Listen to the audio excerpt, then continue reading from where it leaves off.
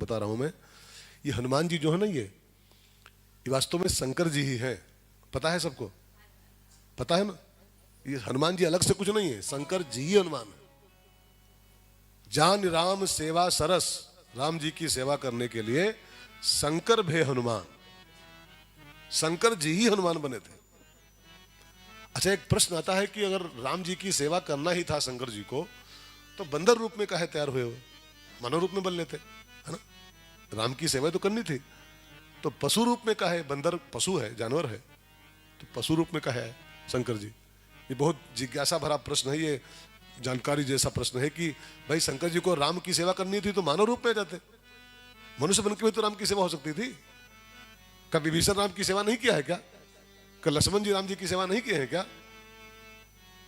तो ये शंकर जी बंदर ही काहे बने राम की सेवा करने के लिए?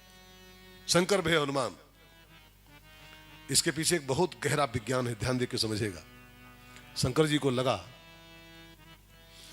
कि अगर मैं मनुष्य बनूंगा, मनुष्य बन के चलूं राम की सेवा करने के लिए, तो राम जी कई प्रकार की सेवाएं लेने में संकोच करेंगे हमसे। कई प्रकार की सेवाएं हैं जो मनुष्य से नहीं ले मिलती हैं। जैसे हनुमान जी ने कहा कि हमारी पीठ पर बैठो, पीठ पर लिए 2 जन पीठ चढ़ाई, है ना, लिखा है पीठ चढ़ाई। अब सोचो हनुमान जी मनुष्य होते, मानव होते, बंदर न होते रविशंकर जी, और कहते पीठ बैठो हमारी, तो राम जी को संकोच होता। राम जी मर्यादा पुरुषोत्तम है। अच्छा, मनुष्य की पीठ बैठना थोड़ा संकोच वाली बात है। अच्छा, पशु पीठ बैठना, कोई जानवर हो, घोड़ा हो, हाथी हो, ऊंट हो, उसके बैठने में संकोच कोई होता है ना? कोई संकोच नहीं होता। तो हनुमान जी को लगा कि राम जी की छोटी से छोटी सेवा करने में भी हमको कोई संकोच न हो, और राम जी की छोटी छोटी सेवा लेने में भी मुझसे कोई संकोच न हो, तो हनुमान जी बंदर बन के आ गए। अच्छा, मान लो हनुमान जी मानव बन के आते, और आप सब जानते हो कि मानव जो जीवन है ये 4 वर्णों में बटा हुआ है। ये तो या तो मनुष्य ब्राह्मण है, ये तो क्षत्रिय है, ये तो वैश्य है, ये तो शूद्र है, ठीक है ना? 4 वर्णों में मनुष्य बटा हुआ है। तो मान लो ब्राह्मण बन के आते हनुमान जी। अब ब्राह्मण जो होता है ना, तो उसके अंदर ब्राह्मणत्व के संस्कार होते हैं। फर्ज करो कोई ब्राह्मण किसी ऑफिस में नौकरी कर रहा हो, नौकरी पंडित हो, और उसके अंदर पंडिताई के संस्कार भी हो ब्राह्मणों वाले, और उसका बॉस बोले कि जरा जूता साफ कर दो हमारे, या कमरे में झाड़ू लगाओ, तो अगर वास्तव में पंडित होगा तो आप अनुमान लगाओ, एक बार वो संकोच करेगा कि नहीं नहीं, मैं झाड़ू लगाऊं, हाँ, मैं तेरा जूता साफ करूं, जानता है मैं कौन हूं, आई एम ब्राह्मण। तो अगर ब्राह्मण बन के आते तो हनुमान जी थोड़ा उनके ब्राह्मण तो होता, तो कोई छोटी मोटी सेवा करने में संकोच करते हो। क्षत्रिय होते तो भी क्षत्रियों का अपना क्षत्रिय तो होता है, तो छोटे मोटे काम क्षत्रिय भी नहीं कर सकता है ना? बनिया होते तो फिर व्यापार कर रहे होते, फिर सौदेबाजी करते कि ये काम करूंगा इसका मुझे फल क्या मिलेगा। तो हनुमान जी को लगा कि मनुष्य 4 वर्णों में फंसा हुआ है, और उसके वर्णों के अनुसार सेवा करता है अपनी हो, लेकिन मैं 4 वर्णों से परे होकर के छोटी से छोटी सेवा, बड़ी से बड़ी सेवा करने में हमको जरा भी संकोच न हो। पीठ बैठालना हो तब भी कोई चिंता नहीं, ना मुझको चिंता, ना राम जी को चिंता। इसलिए हनुमान शंकर जी मानव रूप में नहीं आए, बंदर के रूप में, पशु रूप में आए, कि पीठ बैठना हो तब भी कोई चिंता नहीं। तो जानि राम सेवा सरस, समुझ करब अनुमान। और पुरखा माने सबके पूर्वज हैं, देवों के देव, पुरखा ते सेवक बने, और शंकर भय हनुमान। शंकर जी ही राम जी की सेवा करने के लिए हनुमान के रूप में आ गए, प्रकट हो गए। अब जानते हैं कैसे प्रकट हुए थे? इनकी थोड़ी प्रकट की कथा हम लोग सुन ले आज पहले दिन, कैसे प्रकट हुए थे। आप सबको जानकारी है, इनके 4 पापा थे। इनके मम्मी एक है, हनुमान जी के पापा 4 लिखे हैं शास्त्रों में, पढ़ो। पवन सुत, सुने? पवन सुत, केसरी नंदन, वो शंकर सुवन, 3 हो गए। और राम ने भी बेटा कहा है हनुमान जी को, सुन सुत तो उरिन मैं नाही। राम जी बोले सुन सुत, हे पुत्र मैं तुझसे उद्धार नहीं होऊंगा। तो राम भी पापा हो गए, 4 पापा हो गए, और मम्मी एक है। अब अगर इसको ऐसे बोलो कि तेरे 4 पापा हैं क्या, तो एक प्रकार की बहुत गंदी गाली हो गई है, बहुत गंदी गाली है।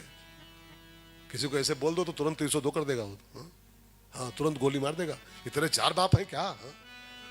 तुरंत उठाएगा तमंचा और गोली मार देगा पट से। हाँ?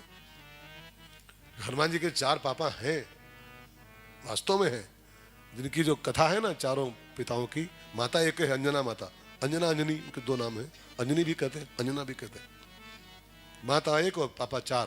तो कैसे हुए 4 पापा? आइए इनके जन्म की कथा, जो बड़ी विचित्र कथा वाल्मीकि रामायण में आई है, उसको हम लोग सुन ले। पहले हनुमान जी को आज प्रकट कर लें तो कथा फिर आगे बढ़ेगी धीरे धीरे। इंद्र के दरबार में एक अप्सरा थी, उसका नाम था पुंजिका स्थली। जैसे तिलोत्तमा और उर्वशी और मेनका है ना, ऐसे एक अप्सरा और थी, उसका नाम था पुंजिका स्थली। नाम याद रहेगा, पुंजिका स्थली। बड़ी सुंदर थी, बड़ी रूपवान, बड़ी कलाकार भी थी, बड़ी सुंदर थी, ब्यूटीफुल। अब जो सुंदर होता है ना, तो उसको एक कमी होती है, सुंदरता का ईगो होता है। भगवान जिसको थोड़ा बढ़िया बना दिए, चमड़ी थोड़ा चकाचक है, तो उसको उसका रूप का घमंड हो जाता है। ये लाजमी सी बात, स्वाभाविक सी बात है। अस को नहीं जन्मा जग माही, प्रभुता पाए जाहि मद नहीं। भगवान को दे दें तो उसका घमंड जरूर हो जाता है। दिए भगवान है और घमंड हम पाल लेते हैं। दिए सब कुछ भगवान है, सब कुछ। पैसा है तो भगवान का दिया है, रूप है भगवान का दिया है, बल है तो भगवान का दिया है, बुद्धि है तो भगवान की दी हुई है। दिया भगवान ने है और फूल फूल हम रहे, चौड़े हम होते। जानते हो, हर हफ्ता ब्यूटी पार्लर जाते हैं, तब जाके ये चमड़ी ऐसी है। ब्यूटी पार्लर होता है कुछ, कोई तेजाब फेंक दे तो क्या होगा? कई कई लोग हैं जो ब्यूटी पार्लर चाहे दिन भर में 3 बार जाए, लेकिन भगवान ने ऐसा दे दिया है, कुछ भी करके देख लो, कुछ नहीं हो सकता है। ब्यूटी पार्लर की देन नहीं है ये प्रभु की देन सब है। तो देते प्रभु हैं, फूलते हम हैं। तो वो वही कमी थी उसके अंदर, बड़ा रूपवान थी तो रूप गर्भ था उसको। अब जानते हैं क्या हुआ? एक बार ये कहीं जा रही थी, पुंजिका स्थली कहीं गुजर रही थी, तो रास्ते में एक संत इसको मिले। और वो संत थोड़े कुरूप थे, कुरूप माने टेढ़े मेढ़े थे, काले कलूटे। अष्टावक्र कैसे रहे होंगे, टेढ़े मेढ़े बाबा, काले कलूटे से। अब ये रूप घमंडी, रूप का गर्व इसको। वो संत मिला तो वो बड़ा बेढंगा महात्मा था, वो काला कलूटा। अब इसने उसी घमंड में भर के उस महात्मा का थोड़ा उपहास कर दिया, मजाक कर बैठी ऐसे बस, देखो इसको काला कलूटा, टेढ़ा मेढ़ा, हमको देखो। अब बाबा ने सुन लिया कि भगवान ने इसको चमड़ी क्या दे दिया अच्छी है, ये संत का मजाक कर रही है, साधु का अपमान कर रही है। बस संत ने हाथ में जल लिया और उस अप्सरा को, पुंजिका स्थली को श्राप दे दिया। तुझको अपनी चमड़ी पर घमंड है, संत का मजाक करती है, ले प्रसाद ले। और प्रसाद उसको जानते क्या दिया? जा तो बानरी हो जा, बदरिया हो जा। उसको बंदरिया बनने का श्राप दे दिया। हाँ बेचारी चरणों में गिरी वो पुंजिका स्त्री, बाबा बहुत गलती हमसे हो गई, कुछ कृपा करो। गलती तो हो गई और उसका फल भी मुझे मिल गया, कुछ कृपा कर दो मेरे ऊपर।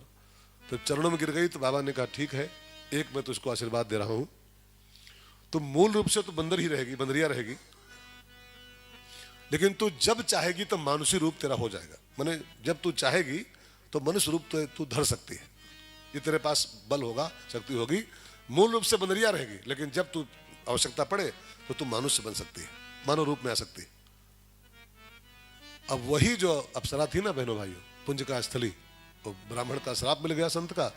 तो जंगल में एक बंदर था, कुंजर, कुंजर नाम का बंदर था, कपि कुंजर। तो उसी कुंजर के यहाँ बिटिया बन के पैदा हुई, नाम उसका पड़ा अंजना अथवा अंजनी, जो कह लो आप, अंजना अथवा अंजनी। अंजना माता पैदा हुई, वही अप्सरा अंजना बन के पैदा हुई। अब बड़ी होनी शुरू हुई, पाली पोसी गई, बड़ी हुई, पढ़ाई लिखाई हुई। और फिर जब शादी के लायक हुई तो उसके पापा ने, मैंने कुंजर जी ने उसकी शादी तय किया अंजना की। और शादी तय किया तो उसी जंगल में एक बंदर था, बहुत बलवान बंदर था, उसका नाम था केसरी, बंदर का नाम केसरी। तो केसरी से अंजना की शादी कर दी, केसरी बंदर अंजना की शादी, ठीक है ना। अब केसरी माने वैसे तो होता है, क्या होता है केसरी माने, क्या होता है नहीं पता, नहीं पता है? हिरन नहीं होता बेटा, केसरी माने होता सिंह, शेर, शेर। पंजाब केसरी, केसरी माने शेर होता है, हिरन नहीं शेर, ठीक है। वैसे तो केसरी माने सिंह होता है, लेकिन ये बंदर इतना पराक्रमी था, ये इतना पावरफुल बंदर था कि शेरों के समान इसके अंदर बल था, तभी इसका नाम था केसरी बंदर का। ठीक है, बंदर का नाम केसरी, केसरी के ऐसा था, ये सिंह के ऐसा पावरफुल। तो उसी को अंजना ब्याही गई। कथा समझ में आ रही है ना भैरव भाई? आ रही है ना? मन लगाओगे तो आएगी, अब मन नहीं लगाओगे तो फिर नहीं आएगी। इसीलिए मैंने पहले कह दिया मन लाई, मन लगाओ। अब केसरी अंजना की शादी हो गई, बढ़िया पारिवारिक जीवन चल रहा था, दाम्पत्य जीवन, और शादी को 10-15 साल हो गए, बच्चा नहीं हुआ। अब शादी के 15 साल हो जाए, पुत्र पुत्री कुछ ना हो तो फिर समाज कहाँ जीने देगा, और फिर चिंता भी हो जाती है कि क्या कारण है, बांझ तो नहीं है, फलाना तो नहीं है। बड़े उपाय किए केसरी जी ने, बड़े उपाय, खूब दवाई कराई, खूब मंत्र जपाया, खूब संतान गोपाल जपे, खूब हरिवंश पुराण सुने, तमाम उपाय किए, लेकिन बच्चा नहीं हुआ। तो अंजना मैया और केसरी दोनों जो निराश हो गए कि यार बच्चा नहीं हो रहा है। और दाम्पत्य की सफलता, परिवार की सफलता ऐसी में कि एक कम से कम, है ना, कुछ होना चाहिए, तभी तो गृहस्थी का मतलब होता है। तो अब कोई बच्चे नहीं हुआ उनके। तो अंजना मैया ने कहा कि एक काम करते हैं स्वामी, केसरी से कहा कि अगर सारे प्रयास कर लिए हो, कोई उपाय काम नहीं किया है, अगर आप आज्ञा तो एक काम और कर लूं मैं। कहा क्या? का मैंने सुना है संतों से कि दूध और पूत, इन दो चीजों के दाता शंकर जी हैं। दूध और पूत के दाता शंकर जी माने गए। तो जहां इतने उपाय किए हो, एक उपाय और कर ले, अगर आपकी आज्ञा हो तो 1-2 साल शंकर जी की तपस्या कर ले, क्या पता बाबा ही झोली भर दे हमारी। तो केसरी ने आज्ञा दे दिया, जाओ, जहां इतना सब उपाय किए हैं तो एक और उपाय कर लो, क्या फर्क पड़ता है, शंकर जी को पूज लो। तो अंजना मैया शंकर जी की उपासना में लग गई, कैलाश की चोटी पर गई, अथवा जहां कहीं उसको लगा होगा, शंकर जी का स्थान कोई चुना, और बड़े मन से शंकर जी की पूजन लग गई अंजना मैया, संतान के लिए। ठीक है ना, समझ रहे? अब अंजना मैया शंकर जी का नाम जप रही है, तो थोड़ा सा आप भी जप लो, है ना, सब लोग गा लो, अंजना माँ के साथ गाओ सब लोग। दूध और पूत पाना है तो फिर शंकर जी की भक्ति करनी ही पड़ेगी इंसान को। सब लोग गाइए। हर हर महादेव शंभु, काशी विश्वनाथ गंगे, हर हर महादेव शंभो, काशी विश्वनाथ गंगे, हर हर महादेव शंभु, काशी विश्वनाथ गंगे, हर हर महादेव शंभो, काशी विश्वनाथ गंगे, काशी विश्वनाथ गंगे, माता पार्वती संगे, काशी विश्वनाथ गंगे, माता पार्वती संगे, काशी विश्वनाथ गंगे, माता पार्वती संगे, काशी विश्वनाथ गंगे, माता पार्वती संगे, हर हर महादेव शंभो, काशी विश्वनाथ गंगे, हर हर महादेव शंभो, काशी विश्वनाथ गंगे, हर हर महादेव शंभु, काशी विश्वनाथ गंगे, हर हर महादेव शंभो, काशी विश्वनाथ गंगे, काशी विश्वनाथ गंगे, माता पार्वती संगे, काशी विश्वनाथ गंगे, माता पार्वती संगे, काशी विश्वनाथ गंगे, माता पार्वती संगे, काशी विश्वनाथ गंगे, माता पार्वती संगे, हर हर महादेव देव शंभो, काशी विश्वनाथ गंगे, हर हर महादेव शंभो, काशी विश्वनाथ गंगे, हर हर महादेव शंभो, काशी विश्वनाथ गंगे, हर हर महादेव शंभो, काशी विश्वनाथ गंगे। माता अंजना लगी है तपस्या में महादेव जी की, महादेव प्रसन्न हुए। आशुतोष है वो। आशुतोष माने क्या होता है? आशुतोष, शंकर जी का नाम आशुतोष है ना, आशुतोष। आशुतोष, आशु माने होता है तुरंत, आशु, और तोष माने प्रसन्न होने वाले, आशुतोष। आशु माने बिल्कुल तत्काल, तुरंत, और तोष माने खुश होना। तो जो देवता बिल्कुल तुरंत प्रसन्न हो जाता है उसका नाम आशुतोष। आशुतोष तुम ओढ़र दानी, आरत तरह दीन जन जानी। तो शंकर जी आशुतोष हैं, जल्दी खुश हो जाते हैं, प्रसन्न हुए, प्रकट हुए, बोलो देवी जी क्या चाहिए। कहा बाबा मैंने सुना है आप दूध पूत के दाता हो, हमको पुत्र चाहिए। 15 साल शादी को हो गए, बच्चा नहीं हो रहा, सारे उपाय फेल हो गए। तो बाबा ने कहा देवी हमको संसार में आना भी है, राम जी के अवतार का समय हो गया है और राम की सेवा के लिए हमको आना ही संसार में है, और तुमको कैसा बेटा चाहिए पहले बताओ। तो कहा हमको राम का भक्त बेटा चाहिए। उन्होंने मांगा था पहले ही कि शंकर जी अब आपसे मांग रही हो तो हमको राम जी का भक्त पुत्र चाहिए, जो राम जी की सेवा में लगे। तो बाबा ने कहा कि हमको आना ही है देवी जी राम की सेवा के लिए, और तुमको चाहिए राम का सेवक और हमको आना है, तो ऐसा करता हूं कि मैं ही तुम्हारा बेटा बन के आ जाता हूं। मैं ही राम की सेवा करने के लिए हमको आना ही आना है, और आपको चाहिए तो हम खुद आ रहे हैं, हमारा आने का समय हो गया है, आपको चाहिए हमको आना है, तो मैं ही तुम्हारा बेटा बन के आऊंगा राम जी की सेवा करने के लिए। 11वां रुद्र मेरा आएगा, 11वां रुद्र। ये शंकर जी के 11वें रुद्र हैं हनुमान जी महाराज, ठीक है। तो वरदान हो गया।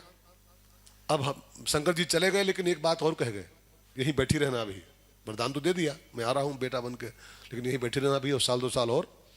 अभी कुछ दिन के बाद अयोध्या में एक यज्ञ होगा, उस यज्ञ में खीर बनेगी, खीर आएगी, उसी खीर का एक अंश तुम्हारे पास आएगा, एक चील पक्षी लेके आएगा, पवन देव आपको दिलाएंगे, पवन देवता जी।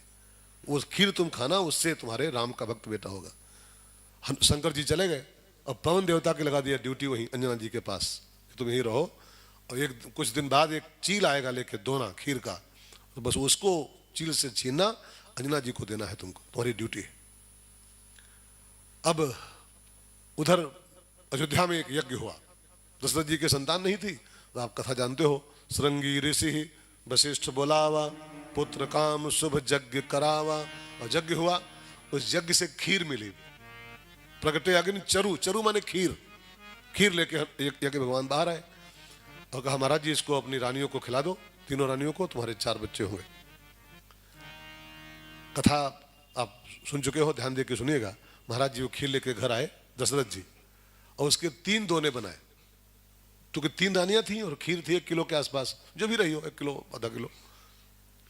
तो उसको 3 जगह डिवाइड किया, 3 रानियों के लिए 3 दोने बनाए और तीनों को दिए कि लो खाओ, इसको खा लो, तुम्हारे संतान होगी। अब यज्ञ भगवान का प्रसाद जब पाई हो तीनों रानियां, तो सीधे खाई नहीं हो। प्रसाद का नियम होता है कि प्रसाद को सीधे नहीं खाना चाहिए, पाते नहीं खाना चाहिए। प्रसाद का जानते हो अर्थ क्या होता है? प्रसाद में 3 अक्षर होते हैं, प्रसाद।